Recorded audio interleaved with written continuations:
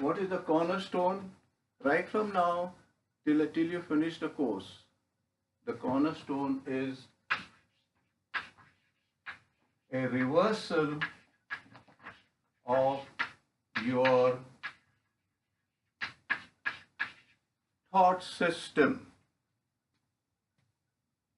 All that you're going to do is not reach God, is not become a spiritual person, is not have a halo around your head, is not go on fasting, is not sitting in a particular pose, is becoming a master of your thoughts and giving a direction that you want to give it.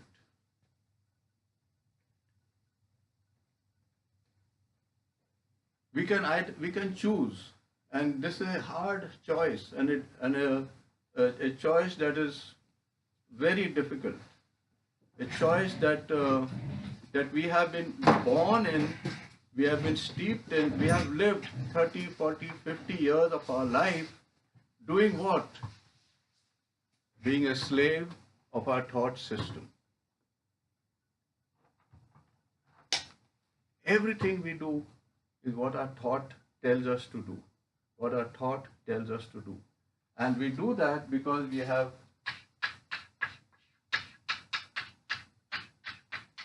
identified ourselves with our thought. I want you today again to throw away one more line from your vocabulary.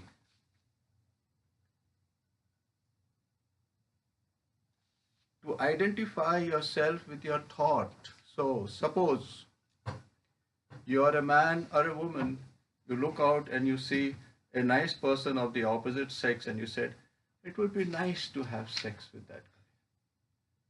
And you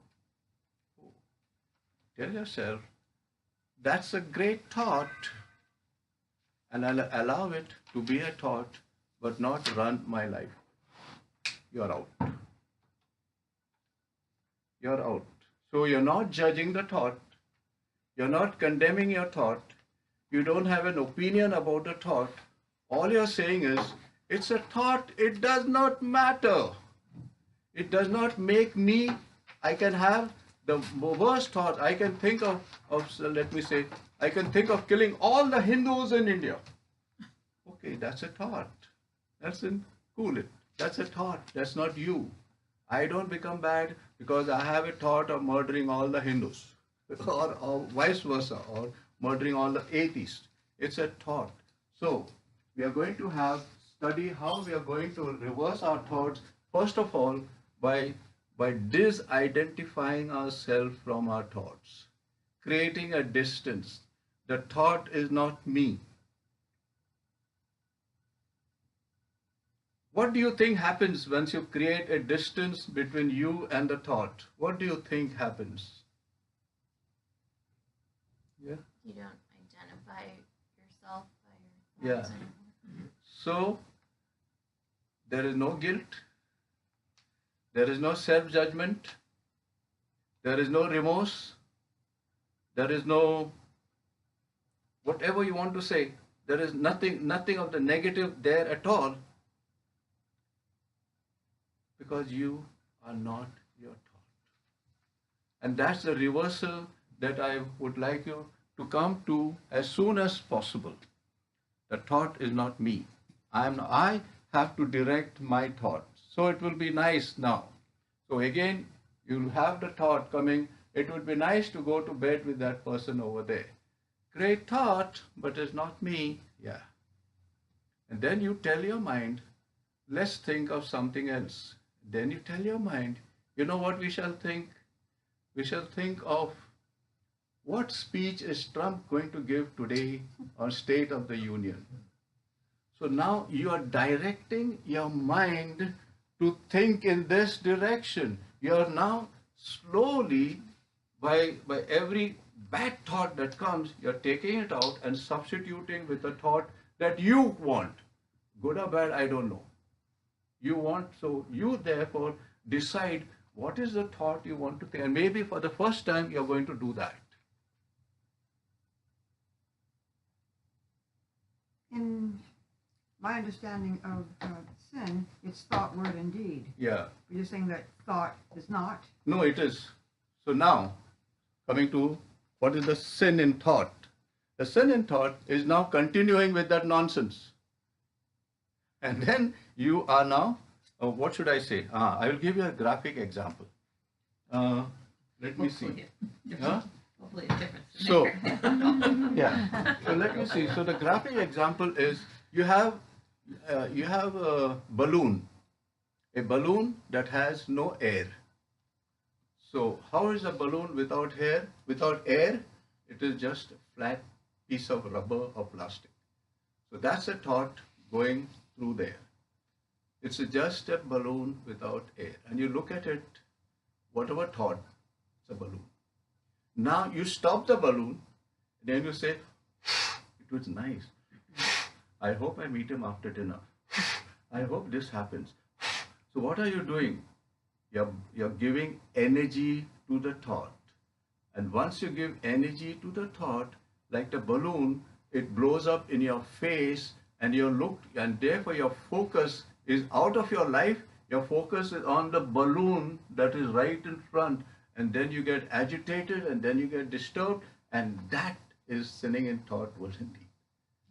But if you just allow it to pass, everybody, let me tell you, even Jesus had bad thoughts. Yeah. So, but he said, not my will, but thy will be done. He told the Satan or the temptation, no, man does not live by bread alone. He lives by every word that comes from God. So he then put his thought before the temptation that was going through, or before the bad thought that was going. He said, I'm taking out that thought and I'm going to substitute with another thought. This is called mastery. If there is any way where there is spiritual mastery, this is mastery. You're not going to have mastery over your dog or your cat. You're not going to have mastery over your kids or your husband or wife. You're not going to have mastery over other human beings at all. If you do not have mastery over yourself, you have mastery over nobody. And those people who don't have mastery over themselves, they try to prove that they are masters by controlling the lives of others. God help them. And God help those whose lives they control. Because there's no mastery of themselves. So they say, of course, I can put you right, I can put you right. Hey, you not put yourself right first. So I hope I answered your question. Therefore, the intellect,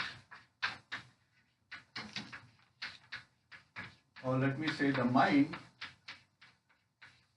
is always or should always be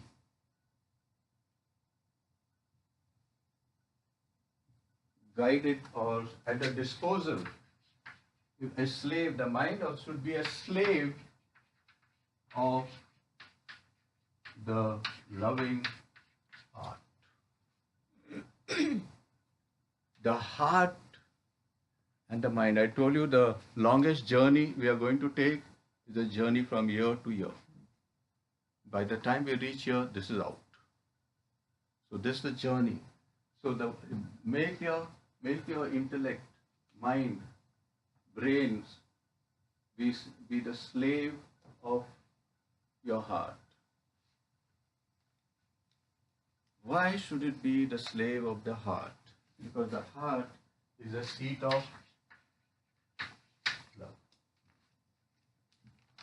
And therefore, you are now changing the horses.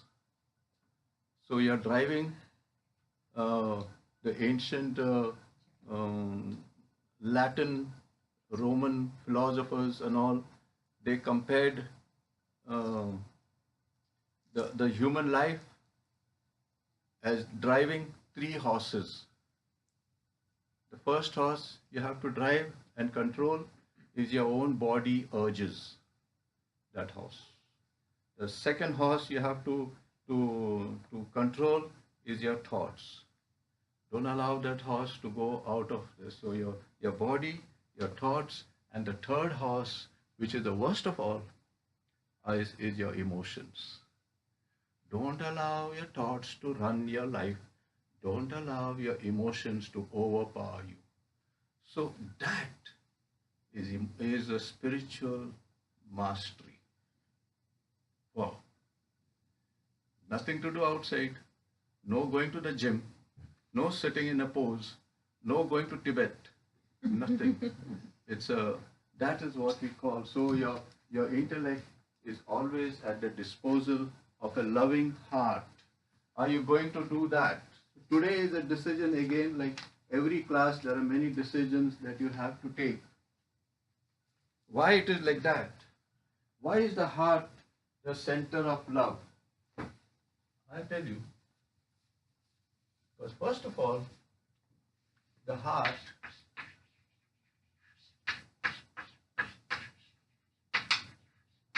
does not think. What does the heart do? The heart listens. The heart listens to whom? Who is source? And who is the source?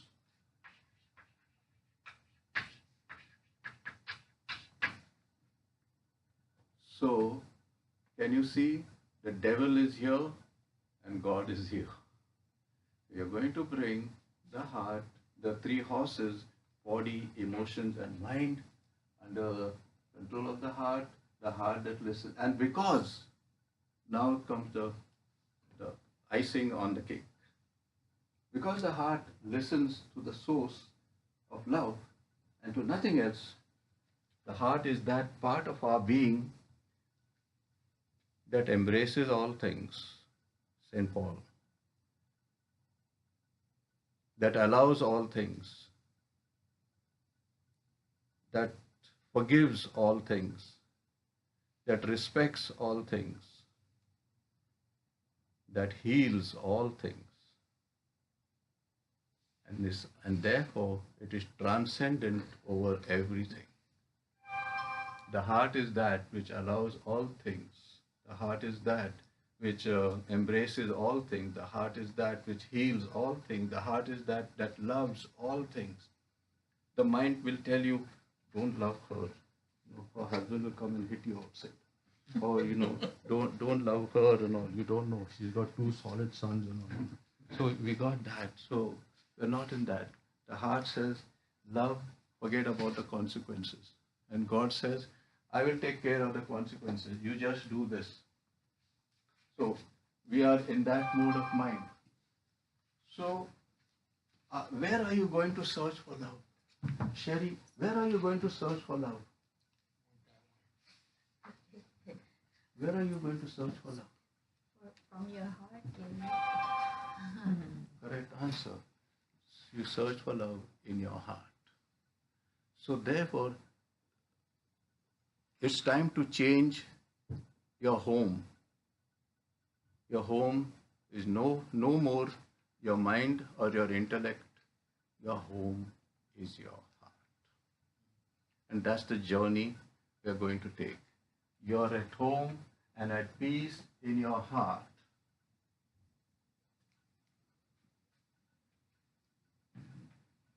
The mind, on the contrary, does not allow all things. No. The mind does not embrace all things. No. The mind does not trust all things. No. And the mind doesn't heal all things. What does the mind do? What does the mind do? The mind resists all things. The heart will tell you, go and love that person, or give a donation for somebody, or see that neighbor, the child is crying, go and help. No, but the mind will say, no, don't do that. Just be careful. She might call the cops, and you go, you get a ban. Then you drop the whole thing because your mind overtook your heart. If you listen to your heart, you can never be wrong. You can never be wrong. Because the heart allows. This mind is a great animal of resistance.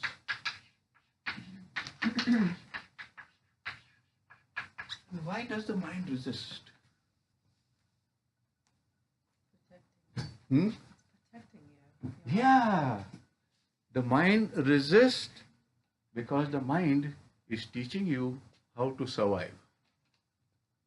The mind is protecting you. It's not doing something wrong. The mind was, and the ego of the mind was built in such a way to ensure your survival on this planet. But a time comes, as you have come for this class, when you say survival doesn't mean anything. There's another mode of survival, and I want to search for that mode.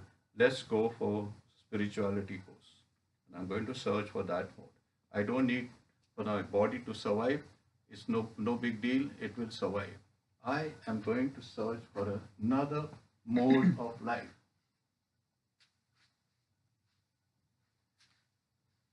In the heart, therefore,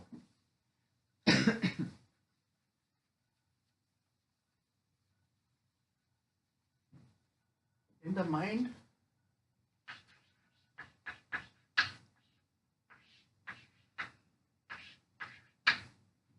you have an input, a terrifying input, right from the age of 2 till the age of 100. And that input that you have in the mind is information.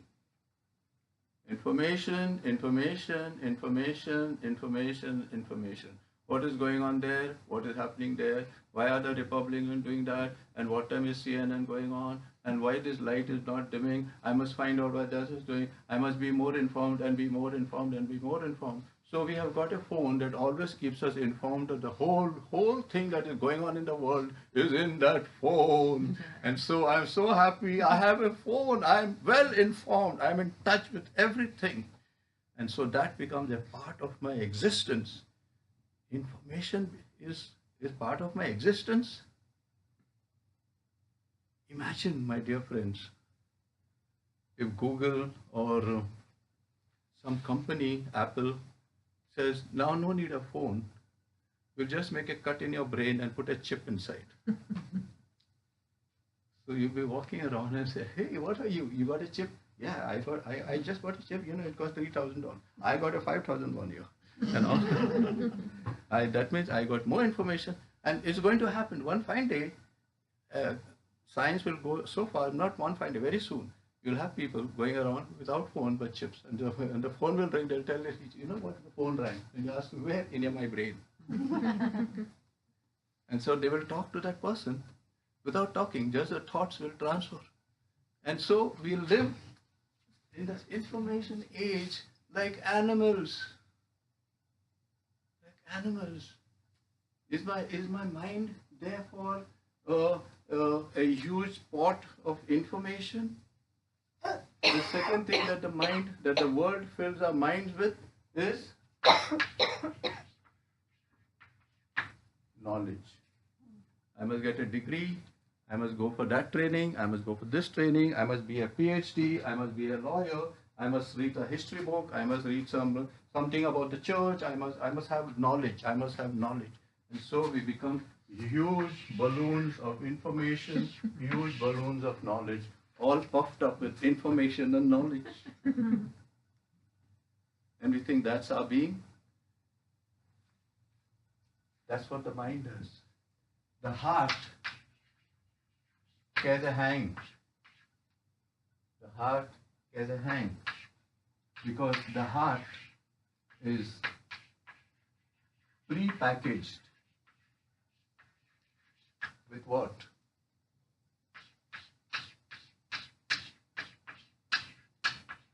Wisdom of the infinite, eternal God. It is already in you. If you will just give less value to the information and to the knowledge, wisdom will rise. It's already there. You don't have to, nobody can learn wisdom. Nobody can teach you wisdom simply because it's already there. So why not get into something which is already there instead of having a phone to get something which is not there?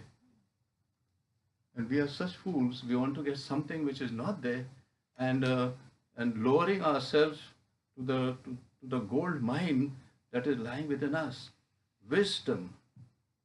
Only from wisdom, love comes. Only from wisdom, compassion comes. Only from wisdom, generosity comes. Only from wisdom, forgiveness comes.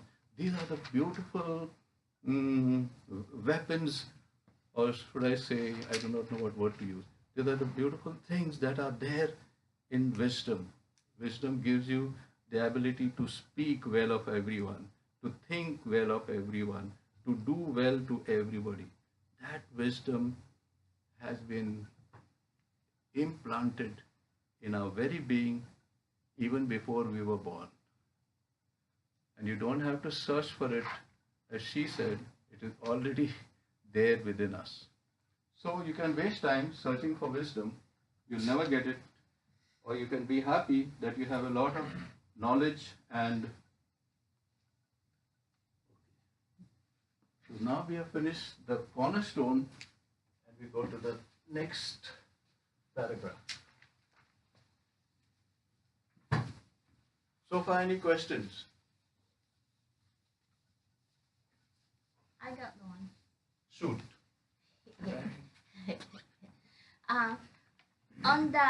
On the mind and everything. Remember in the when Jesus asked when committing adultery, and then he said that if you look into that person with your thoughts, bad thoughts, you're already committing adultery. Yeah. And so I was thinking about that too. Right. And then and sometimes when you scroll on computer or something, you see a hot guy in there. Yeah. And so I was thinking, and so I went to the confession on that one. I said, am I committing adultery if I'm looking on something? And then they said, it's just your thought that you had to just look on something else. So now I'm looking at recipes. So now she's waiting At recipes. Great! I'm waiting for you to cook for us. But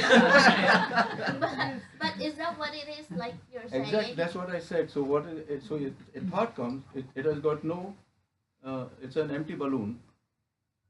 Till it is an empty balloon, there is no guilt. But now you sit down with a thought, then you keep on giving it energy. I must go, yeah, it looks so nice. And your body reacts and your emotion reacts and everything reacts. That moment, that's a sin. But the eye is connected to the thought. Sometimes Yeah. when you see and you think, that's why it's better really to close the eyes or whatever, or look on something else like. You can still look. You can still look. I can go, but now I'm 75. So I can go at, if I was 45 or 50, I would still look at a beautiful woman there and say, that's a beauty.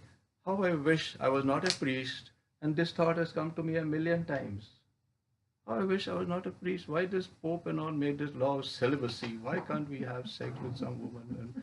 And so that thought comes, but it's a thought. So am I bad because I had that thought? Or am I evil because I had that thought? But then I don't give it energy.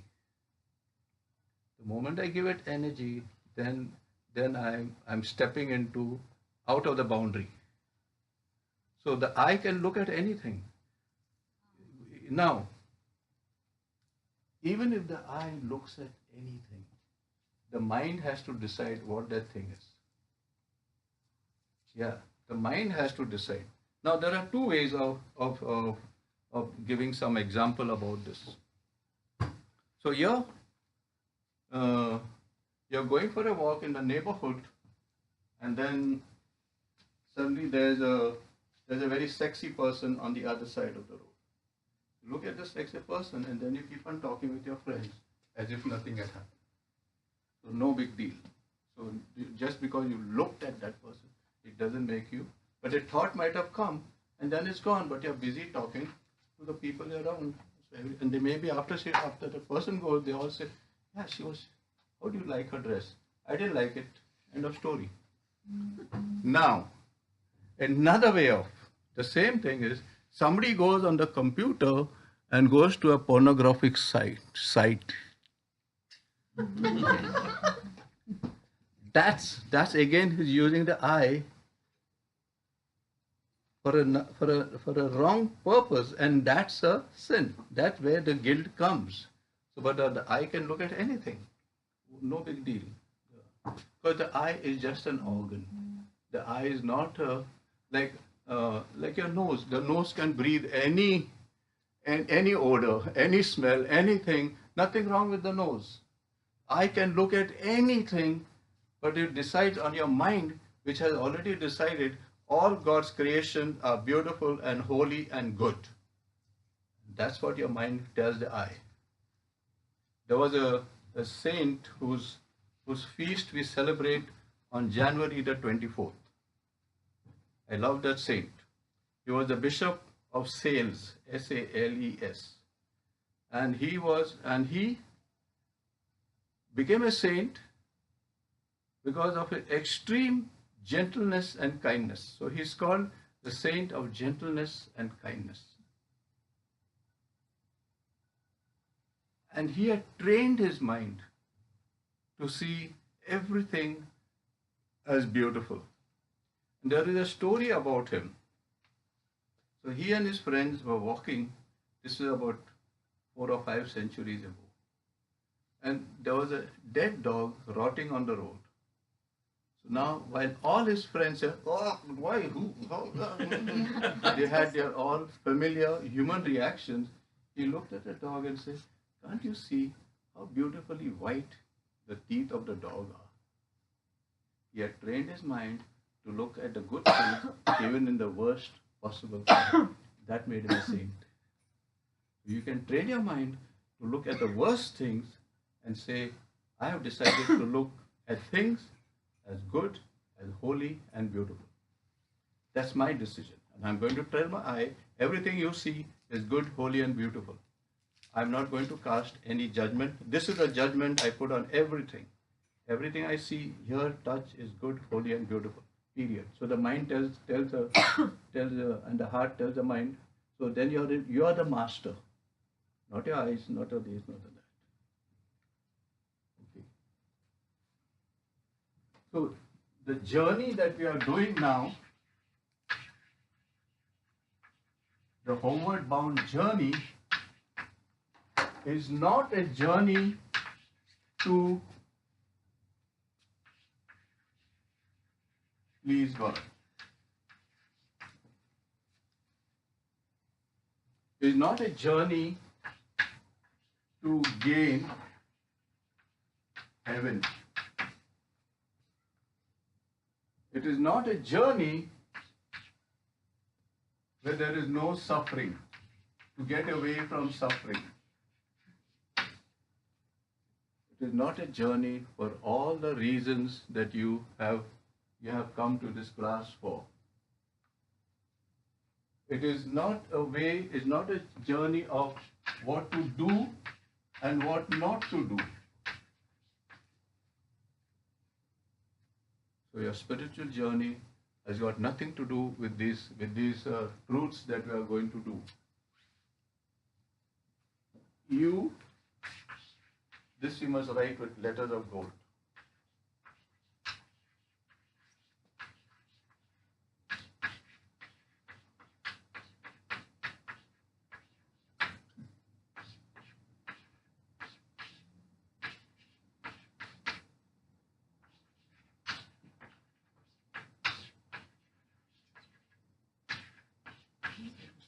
You need do nothing to be what or who you are.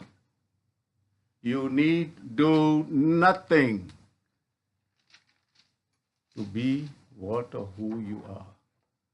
So, it means this. When are you going to decide who you are? When are you going to accept the reality of yourself? When are you going to say to yourself, I have decided that I am so and so. I have decided that I am not so and so. I have decided. This is my decision. Write it somewhere and every day look at it and confirm that decision, because your mind will resist the decisions that the heart makes. So be ready for that. So You need do nothing to be what or who you are.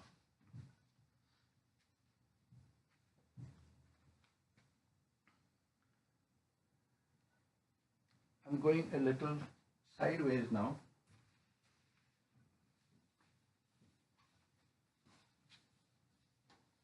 A little sideways. If you talk to any person in any language throughout this planet, all of them will begin their answer with the following words. Let us see. Who are you? I am weak. Okay. So what did she say?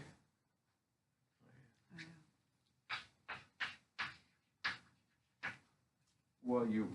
Give me your profession. I am a I am a programmer.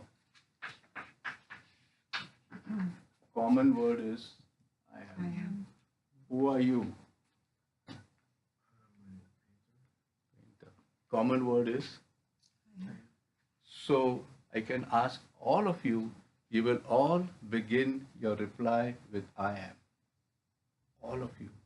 In all the languages, in every continent, in everything, we begin everything with I am. And when God met Moses on top of the mountain, and he was talking to him, and every time he was coming down, he said his face was shining, and the people said, "What did you do?" He said, "I was speaking with God." Come on. They did not believe him, or they were skeptical about it. So they told Moses, "Okay, prove to us. Ask the guy what's his name." And you know what he said. So every person begins with the I am, which is the name of God. So we all begin our whole thing with the I am.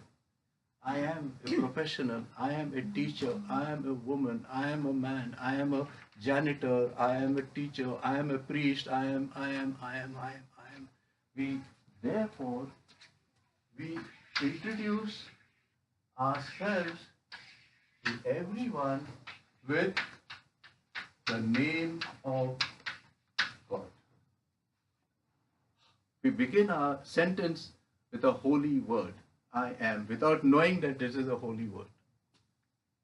Whether we like it or not, like what is the name of the children of a family? So they have, for example, we have what should I say? My name, okay, my name Kuto. From where did it come? Come from my father. And it goes on. So therefore, if Kuto is my name, it comes from my family. This I am says that we all belong to the family of God because we are the I am. So you're using your name before, and then let us go another way. The I am says that you're the child of the I am. The I am is your father or your parent. When you say I am, you're saying the child of God is a constructor. The child of God is a woman. The child of God is a priest. The child of God is. My dear friends, here is another radical change that I would like you to do. So you have I am. This I am is the name of God. The name of God is eternal, infinite, all-powerful, all the other superlatives you can give him. And then you say, so let me see, I will tell you about myself. I am a priest. Also, I am an Indian. Also, I am male. Also, I am educated. Also, I am 75 years old. Also, I like Indian food. Also, I am educated. Also, I say my prayers. Also, I can put 1,000 things there. And with everything that I put in front of the I am, you know what I'm doing? I'm limiting the I am. I am is not a woman. I am is not a priest. I am is the child of God. We have to stop there, and I would like you to meditate on that. I am. Stop. And we take so much pride. I am PhD. Okay. So you're not I am. No, I am a PhD. No. You're the I am, or you're limiting yourself to the qualifications you have. You're not your qualifications. You're not your sexuality. You're not your education. You're not your wealth. You're not your nationality. You're not. You are, and forever, you are the I am. Adopt the I am as your name. Because, beloved, you're children of God. That is what is the truth about yourself. You're nothing more or nothing less than the child of God. So, when we say the I am, you may not be able to bring it out in general conversation, but you have to change your mind and bring it to yourself. Sometimes I ask the people,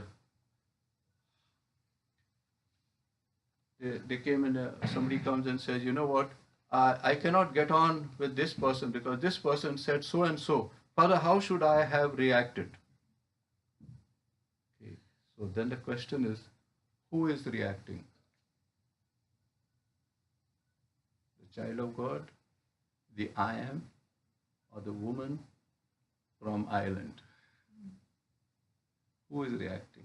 So when you come to that, always the first question that you ask yourself, this person has done this to me. Who am I? And then you will react as the I am, as the source of love, because then you are reacting from whom you know you are. You're responding to from who you are rather than who you thought you are.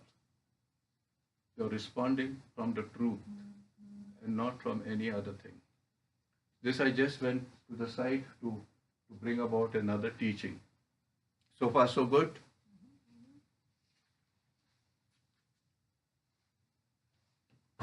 This will not be in your notes,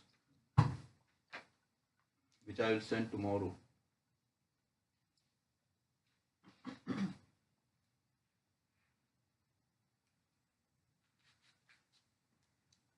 So if this is who you are, and then you take all this, learn therefore.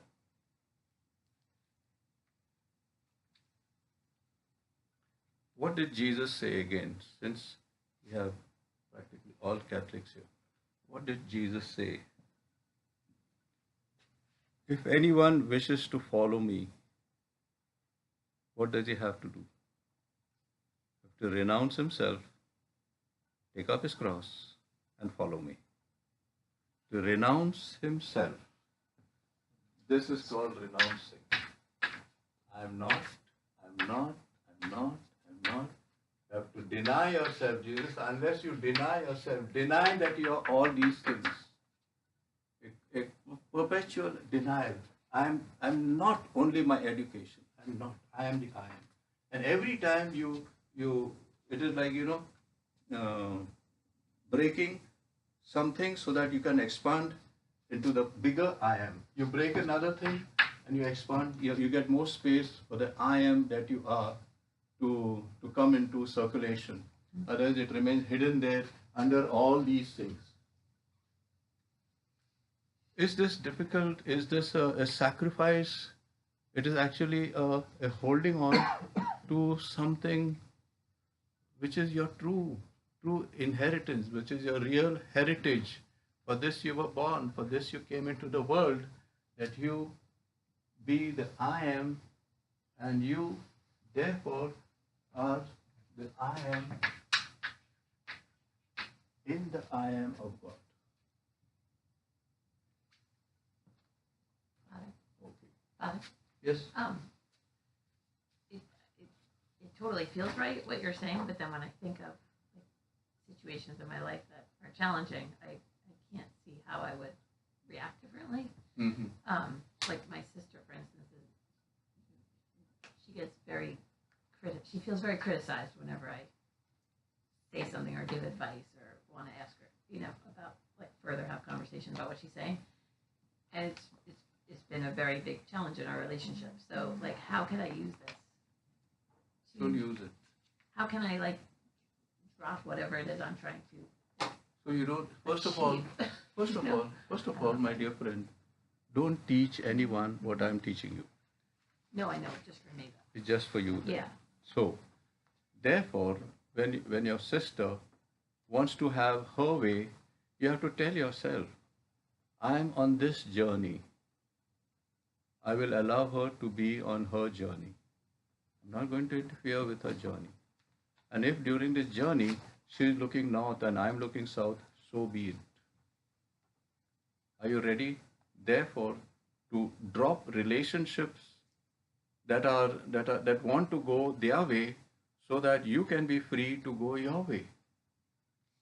And that is another aspect of spirituality. It's not a sacrifice of relationship. It is rather a build-up into, say, the perfection of who I am.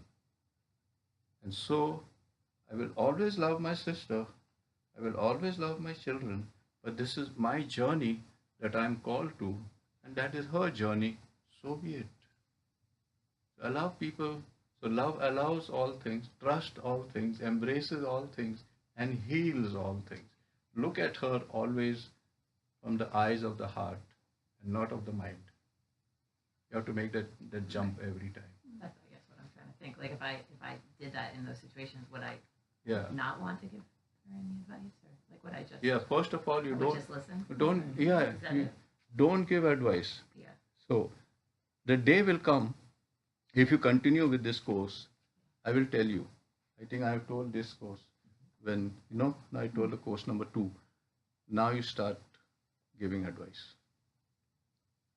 Don't give anything, because you have to imagine yourself in the ICU now being revived, putting some new blood from somewhere else, removing the old blood. So that is going on. That will take time. So just be patient with yourself and remain and allow this wisdom in you to lead you and to guide you. But up to now, it's not yet ready for you to. You're not yet. This class is not yet awake to the wisdom that is lying there. Okay, have some patience. Yeah, Just be. yeah. I am. Good. Okay.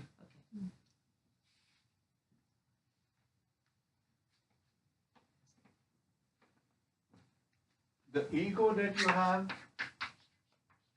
in contradiction to the heart, the ego is a restless wave.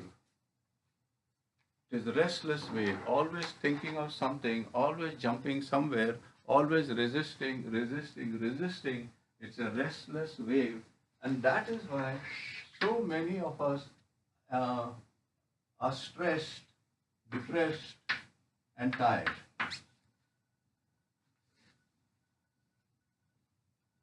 You do not know how much energy your restless mind consumes. If you just allow your mind to be in total peace, you'll be able to walk 10 miles a day. Just with the peace in your mind. So the very fact that you can't walk 10 miles a day is because your mind is still restless. The energy is being used by the mind. So convert yourself and say, no, I want to be happy. I want to go on the sidewalks and watch all the dogs going for a walk. And if they bark at me, I'll run after them. So that's where the whole thing is. Because the ego is always thinking. ego is never feeling. The heart feels.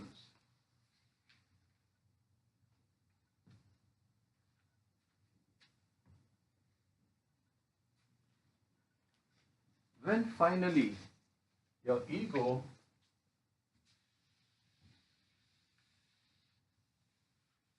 gives no value, I'm not saying that you stop being an Indian or stop being an Irish or whatever it is. When it stops giving value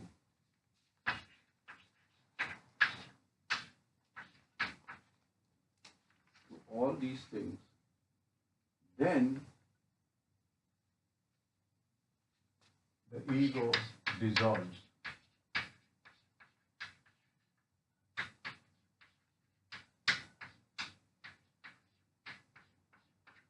Dissolves into the heart of love. And love takes the ego and has a ball with it. It dances with it and embraces it and say, okay, you helped me survive, you helped me to do this, you know what now? I want you to be part of my spiritual life. And we will do the spiritual journey, my dear ego. You and I will walk this world together without resisting anything but going through it. Let me see if there's anything left for today.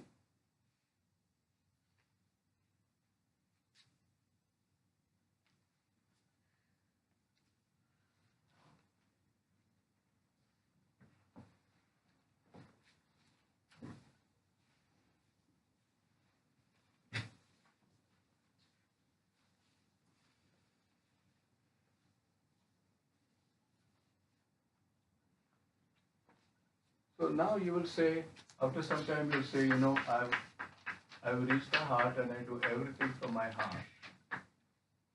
The heart gives you wisdom. If the heart gives you wisdom, you begin to rest in wisdom.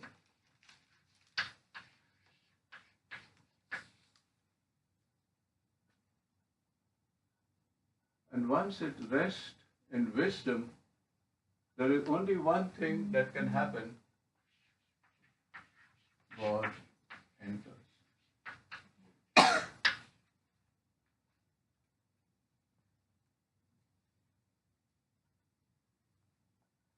Now, there is another difference, and with this I'll end the class. When God enters,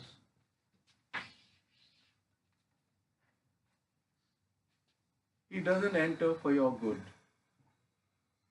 He doesn't enter for your happiness. He doesn't enter for your glory or joy or anything. Oh, I met God, now I'm full of joy, joy, joy. Forget about it. I met God, so now I have no suffering. No. When God enters you, because God, which is perfect love, has the good of the whole universe.